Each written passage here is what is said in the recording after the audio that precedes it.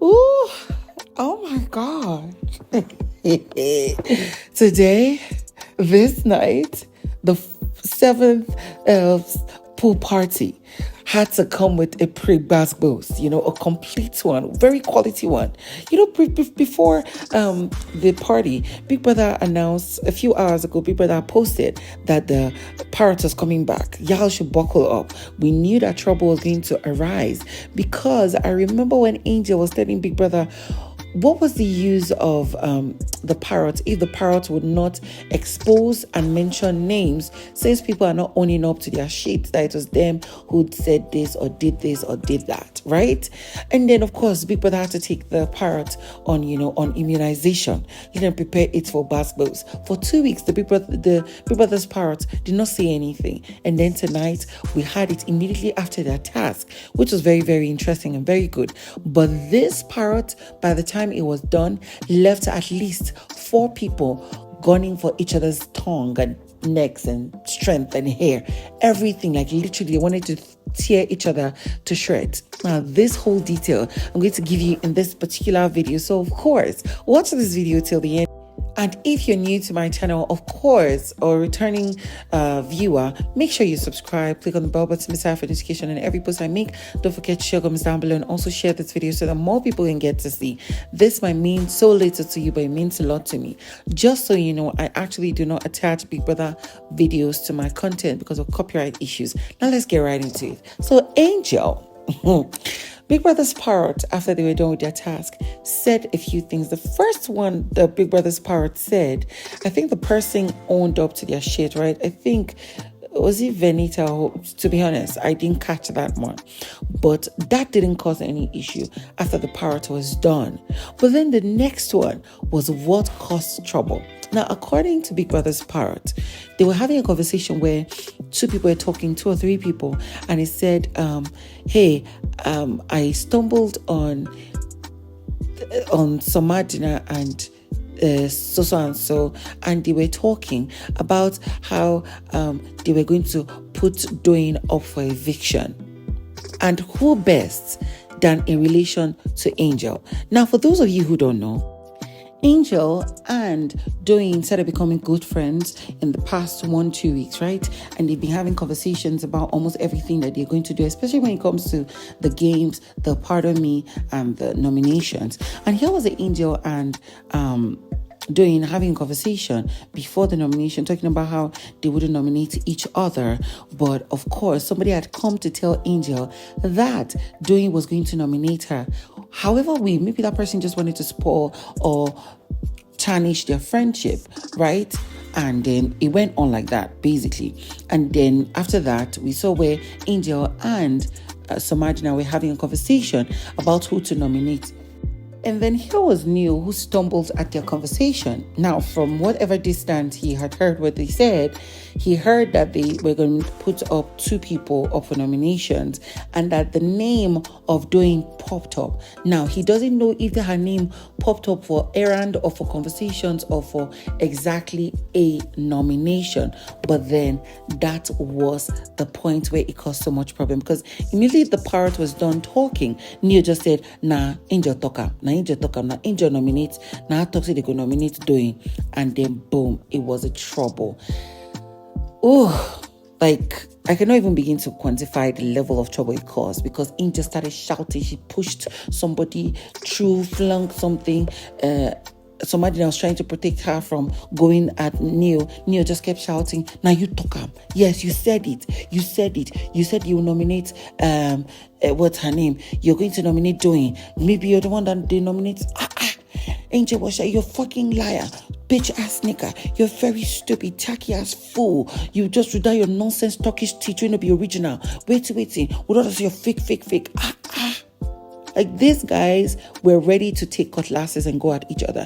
And I mean, they didn't stop on time. They kept going at each other. It turns out like Angel took Neil's cap or one of his head bandana or whatever, or the durag, and hid it. And then Neil kept telling her, give me my cap. Don't make me do it. He went to her locker, tries to pull. She came and pushed him. Here was Somadina standing in the middle of the both of them, pushing Neil to move away. Because at this point, the both of them kept shouting shouting at each other. I don't mind getting a strike. We'll get strike and the both of us go leave. Nonsense. Stupid ass. Wait. And then here was Neo responding, saying, I haven't thought you were a friend. It took me so long to discover or realize this. Thank God I realized it on time. At this point, Cross was telling Somadina to help him go and bring Neo's cap that allegedly Angel was with. However way they go, I actually feel for the push and shout and stuff that they might have done, Big Brother might give them a punishment for next week if none of them gets evicted. That is obviously if Angel, okay, none of them are up for eviction. They will get punished, or one of them or the both of them might get a strike. It is very chaotic. I don't know how they want to even have a pool party after all this shouting and insulting.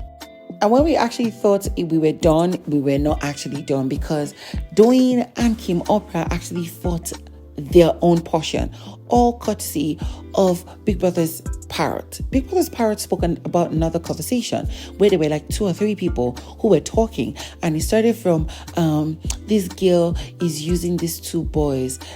She will go from Cross to Pere, and P does not know that she prefers C more. Of course, they started using sign languages with the first letter of each other's names, and that but what they don't know is that at the end, Pere will go in the mirror and be looking at himself thinking that he is Pere, but deep down he is a fragile weakling and stuff. And it was crazy because Big Brother's Parrot repeated that thing like 2-3 times. Now we obviously know that they were referring to Kim Oprah in relation to Cross and Pere, and these people who were having this conversation, there were 2 or 3, and they were referring to the fact that Kim Oprah is playing them, but even outside of the house she would actually go for and actually prefer Cross. Now at this point they were trying to pin out who actually said it, and Doyin's thing popped up. It turns out that conversation was between CeeC, Doyin, and one other person.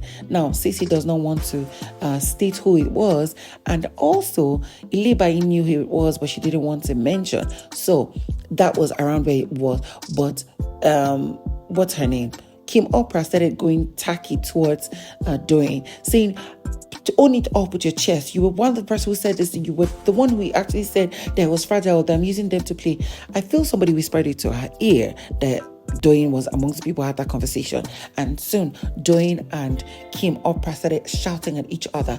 Doyin was responding saying, yes, I said it. What are you going to do? I own it with my chest. I don't lie. I said my own part. One look for who said the other part. Don't come for me, nonsense, stupid ass bitch. Like these people, it doesn't take them long to use the word bitch at all. It doesn't take them long. They would just go at each other's necks, and they would want to shred it with every little claw left in their hands. Like they would claw on it until their claws are shredded. Like it's unbelievable. Kim was saying, it's not because I'm with you in this place. If now outside, if you talk to me, nonsense. You do not wonder why you don't have friends. Doyin was responding, you be claiming that you're everybody's friend, that you don't used to talk up on people's backs. We know what you used to do. You used to talk everywhere. Rubbish. I own it with my chest. You think I'll keep quiet and be looking at you? Nonsense. Like, if you ask me, now who I go ask? The baddest part of this conversation and this fight is the fact that Pere was being consoled by Venita. Yes, you heard me. Venita consoled Pere. Pere was crying. They were bringing tissues and consoling him. That because he was called a weakling. Now, according to CeeC, the person who might have said that thing might have been Mercy Eke. Now, I don't know if it's according to her or according to Omashola, but the both of them knows who said that. Doyin knows, Ilebaye knows, but you see Doyin, CeeC, and Ilebaye, none of them really wants to mention who actually did that. But it's crazy. It is. Tonight was chaotic, and that's just to say the least, because I don't know how these people have this energy to cause this trouble. Like I said, I don't know how these guys want to enjoy the pool party after all this commotion.